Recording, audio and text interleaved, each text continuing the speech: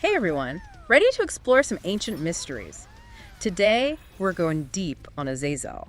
Yeah, Azazel is a fascinating figure. Kind of blurs the line between angel and demon. Yeah, he's tied to the origins of humanity, and his story pops up across so many different religions, it's pretty wild. It really is. So, to guide us, we're looking at this article from mythology.net. Azazel, Fallen Angel Christianity, Islam, and Judaism. Great article. It is. We'll uncover his origins, what he did, and his impact on different faiths. So, who is Azazel?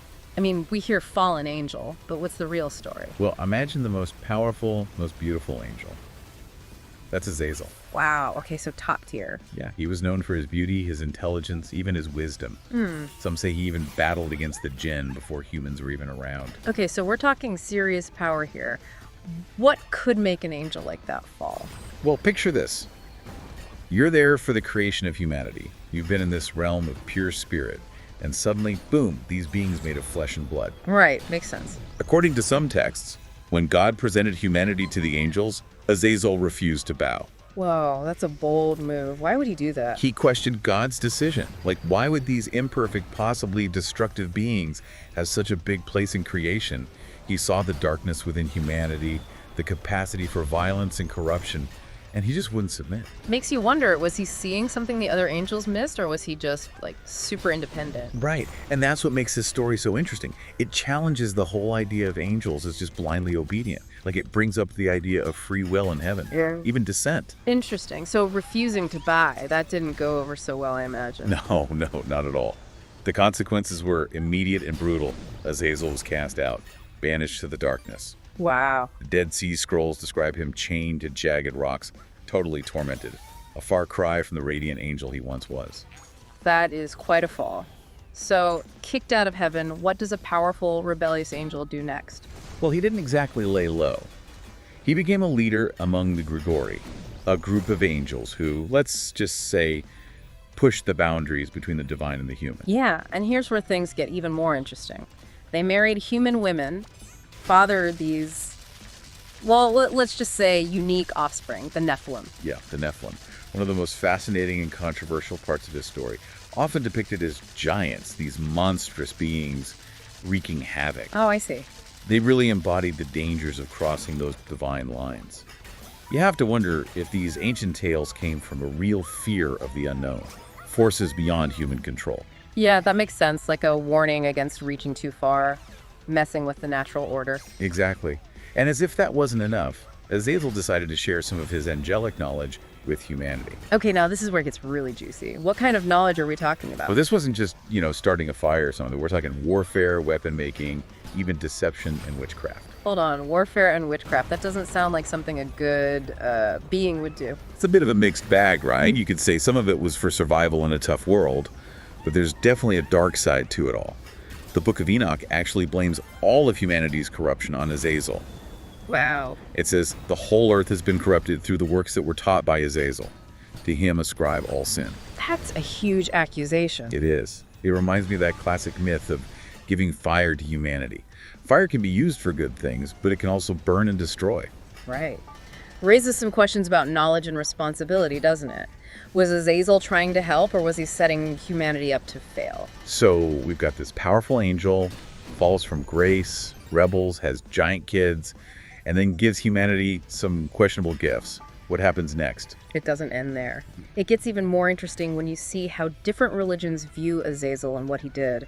Let's start with Judaism. He's really connected to that scapegoat ritual. Oh yeah, the scapegoat.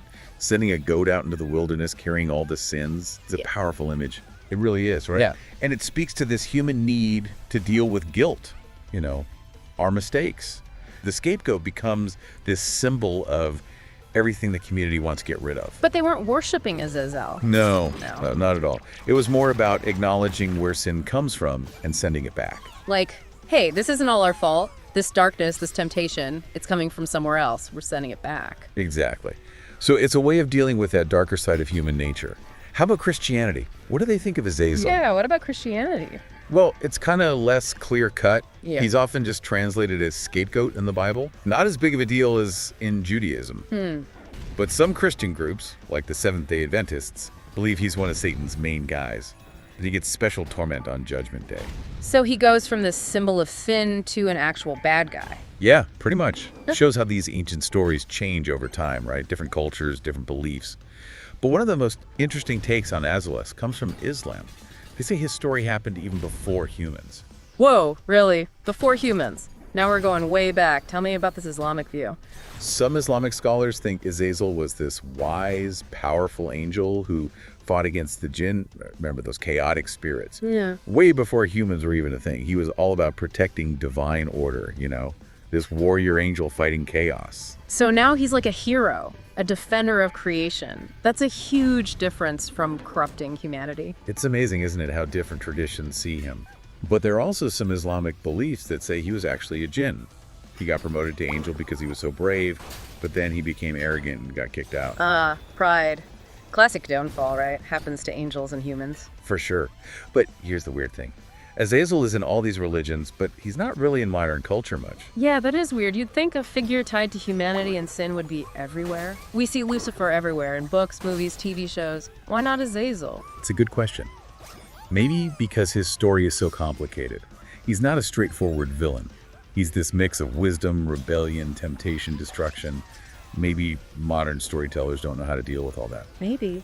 But I think there's a lot of potential there. Like, imagine Azazel's story where he's not just good or evil, More like a tragic figure fighting his own demons. Or a story about his relationship with humanity. How he shaped us, the good and the bad. Oh, I like that. Lots to explore there. But for now, let's get back to the basics. His rebellion and what happened because of it. What do you think? Was Azazel good or evil? Was he helping humanity or leading us down a bad path? Those are the big questions. And I don't think it's as simple as good versus evil. Yeah, it's like he's got this mix of good and bad. Like he represents both sides. You know what I mean? Yeah, I get it. It's not easy to just label him as it. Yeah. Good or evil. And that's what makes him so interesting, right? He's not just a villain, not just some hero. He's something more, kind of human, I guess. I agree.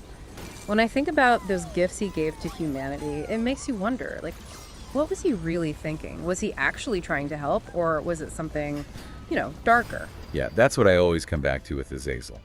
The knowledge, the things he shared, warfare, weapons, those aren't automatically bad. It's how people use them. Right. Same with deception, even witchcraft. Those can definitely be used for bad, but also for protection, maybe even healing.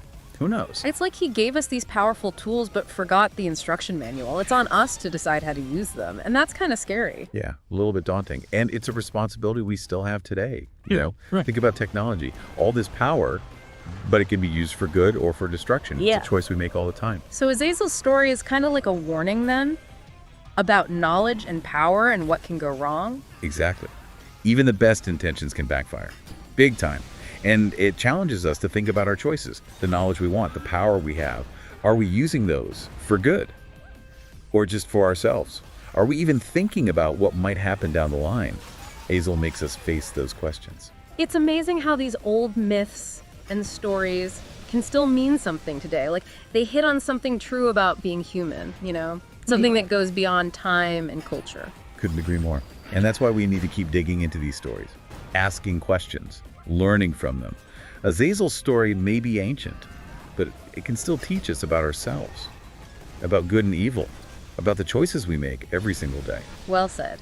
So as we finish up our deep dive into Azazel, I think we have even more questions now than answers. It happens all the time. Yeah, but maybe that's the point. Maybe these stories aren't about finding easy answers. Maybe it's about dealing with all the complicated stuff that makes us human. I think so. Yeah. And I bet Azazel would love that. He always liked a good challenge, liked to make people think. That's for sure.